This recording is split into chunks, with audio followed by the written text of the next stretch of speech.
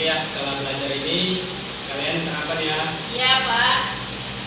Jadi sebelum kita mulai pembelajaran hari ini, alangkah baiknya kita berdoa terlebih dahulu.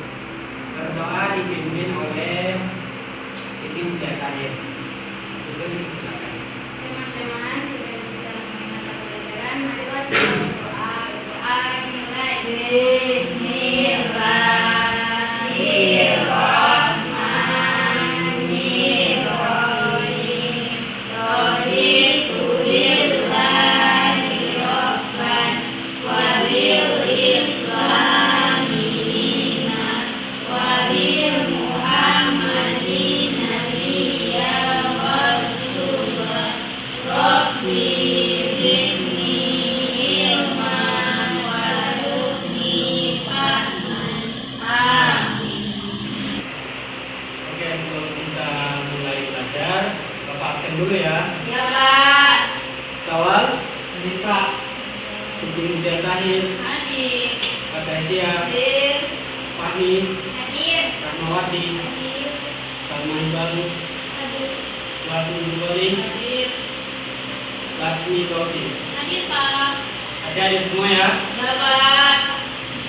Oke, jadi hari ini kita akan belajar materi bahasa Indonesia dengan tema lingkungan. Subtema 2 menyampaikan pesan moral dalam sebuah cerita. Nah, sebelum masuk ke pembelajaran, tujuan yang harus kita capai pada pembelajaran hari ini adalah yang pertama, siswa dapat menceritakan kembali cerita dengan menggunakan bahasa yang baku dan sesuai dengan konteks cerita. Yang kedua, siswa dapat mengidentifikasi pesan moral yang terkandung dalam sebuah cerita. Yang ketiga, siswa dapat menyampaikan pesan moral yang terkandung dalam cerita dengan bahasa yang jelas dan lugas. Nah, berdasarkan tema kita hari ini yaitu menyampaikan pesan moral dalam sebuah cerita. Ada yang tahu atau yang sudah pernah mendengar pengertian dari pesan moral? Ya. Oke, sekarang Bapak jelaskan ya. Jadi apa itu pesan moral? Jadi pesan moral adalah pesan atau nilai yang ingin disampaikan kepada pembaca atau pendengar melalui sebuah cerita. Pesan moral ini biasanya mengandung nilai-nilai positif dan mengajarkan pelajaran tentang kebaikan, kejujuran, kesetiaan, keadilan, kerja keras, dan sebagainya. Pesan moral juga bertujuan untuk mengajarkan pembaca atau pendengar tentang bagaimana seharusnya bertindak atau berperilaku dalam kehidupan sehari-hari. Pesan moral ini dapat membantu karakter dengan nilai positif dalam diri. Nah, adik-adik, berhubung hari ini materi kita menyampaikan cerita yang ada pesan moralnya, Bapak punya satu cerita yang inspiratif dan tentu punya pesan moral di dalamnya. Kalian mau mendengar ceritanya? Oke. Jadi ceritanya adalah cerita dari burung gagak. Perhatikan, ada burung gagak di sini? Oke, Bapak akan cerita. Di suatu hari di sebuah hutan hiduplah seekor burung gagak. Burung gagak ini awalnya merasa puas dengan kehidupannya, tapi itu tidak berlaku lama baginya. Suatu hari burung gagak iri dengan burung lain, yaitu si burung angsa. Burung gagak berkata kepada burung angsa, "Hai burung gagak, kamu itu cantik dan putih, tidak seperti aku yang hitam, jelek pula," kata si gagak. Mendengar perkataan itu, si burung angsa langsung berkata, "Hai burung gagak, sebenarnya apa yang kamu lihat kepadaku itu tiada apa-apa bagiku. Aku sebenarnya iri dengan burung lain, yaitu si burung beo. Burung beo pasti burung yang paling berbahagia di hutan ini karena dia memiliki 2 warna, tidak seperti aku yang hanya memiliki 1 warna." Mendengar perkataan itu, si burung gagak langsung bertugas pergi kepada burung beo. Sampainya di sana, ternyata burung gagak salah. Burung beo tidak bahagia di dalam hutan ini. Burung beo iri dengan burung lain, yaitu si burung merah. Si burung beo berkata, "Hai burung gagak, aku memang punya 2 warna dalam diriku, yang ada dalam bulu-buluku, tapi tidak sebanyak yang dimiliki merah." Mendengar perkataan itu, si si gagak penasaran dan langsung bergegas pergi kepada si merah. Kemudian sampainya di hutan, dia bertemu dengan si burung merah dan langsung berkata, "Hai burung gagak, aku itu sebenarnya iri dengan kamu. Coba lihatlah dirimu. Kamu begitu cantik, indah, banyak warnanya, bercorak, besar-besar juga punya. Tidak seperti aku, yang hitam, jelek pula." Itu kata si gagak. Kemudian gagak berkata, "Kamu mungkin burung yang paling berbahagia di hutan ini, merah," kata si gagak dengan penuh sedih.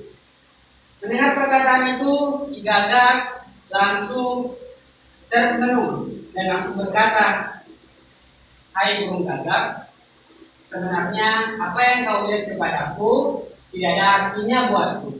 Aku memang punya banyak warna. Di dalam mulutku juga besar-besar. Aku disukai oleh manusia, tapi aku tidak seperti burung pada umumnya. Burung yang statusnya bisa terbang, aku cuma bisa berdiri seumur hidupku di sini sampai akhir hayat hidupku." Mendengar perkataan itu, si burung gagak langsung termenung dan langsung menyadari bahwa dia tidak bersyukur. Burung gagak berkata, "Oh malangnya diriku, sesungguhnya aku tidak bersyukur dengan apa yang diberikan Tuhan. Setelah menjalani kehidupannya dengan bahagia, ternyata si burung gagak tersadarkan ternyata kebahagiaan itu terletak pada rasa syukur, karena dengan bersyukur kebahagiaan pun ikut berjalan." Nah, dari cerita tadi, kira-kira pesan moral apa yang bisa kita dapat? Kita harus bersyukur. Ya, kita harus bersyukur. Kemudian apa yang kedua? Ya, kita punya keunikan masing-masing. Coba kita anggap cerita burung gagak ini adalah cerita yang ada dalam diri kita. Ketika kita memiliki kekurangan, kemudian kita melihat teman-teman punya lebih kelebihannya, kita tidak bisa merasa minder ataupun mengeluh karena kita berbeda. Kita tidak bisa disamakan dengan orang lain. Oke.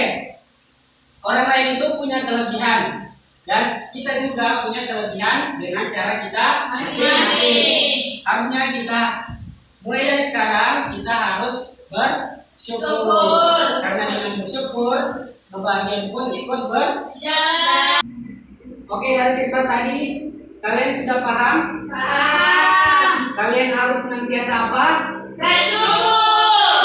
Karena dengan bersyukur Kita kita akan mendapatkan kebahagiaan yang lebih baik. Kita tidak boleh mengeluh ya. Ya. Kita harus selalu bersyukur dengan apa yang kita punya. Siap? Oke? Ya. Oke. Dari cerita tadi, sekarang Bapak akan memberikan kalian yang KPD, yaitu cerita kancil dan buaya. Kalian tentukan pesan moral apa yang ada di dalam cerita tersebut. Kemudian kalian presentasi di depan kelas.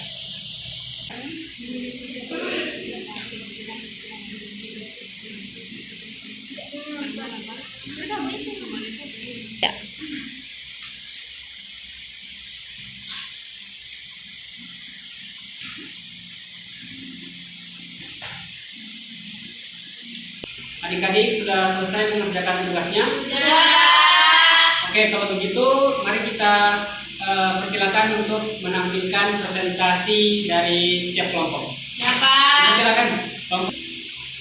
Jadi dari cerita kancil dan buaya kita dapat mengambil pesan moralnya, yaitu kejujuran dan kesetiaan adalah kunci untuk membangun hubungan yang baik. Jadi di sini kita harus memiliki kejujuran dan kesetiaan sesama hewan. Terima kasih.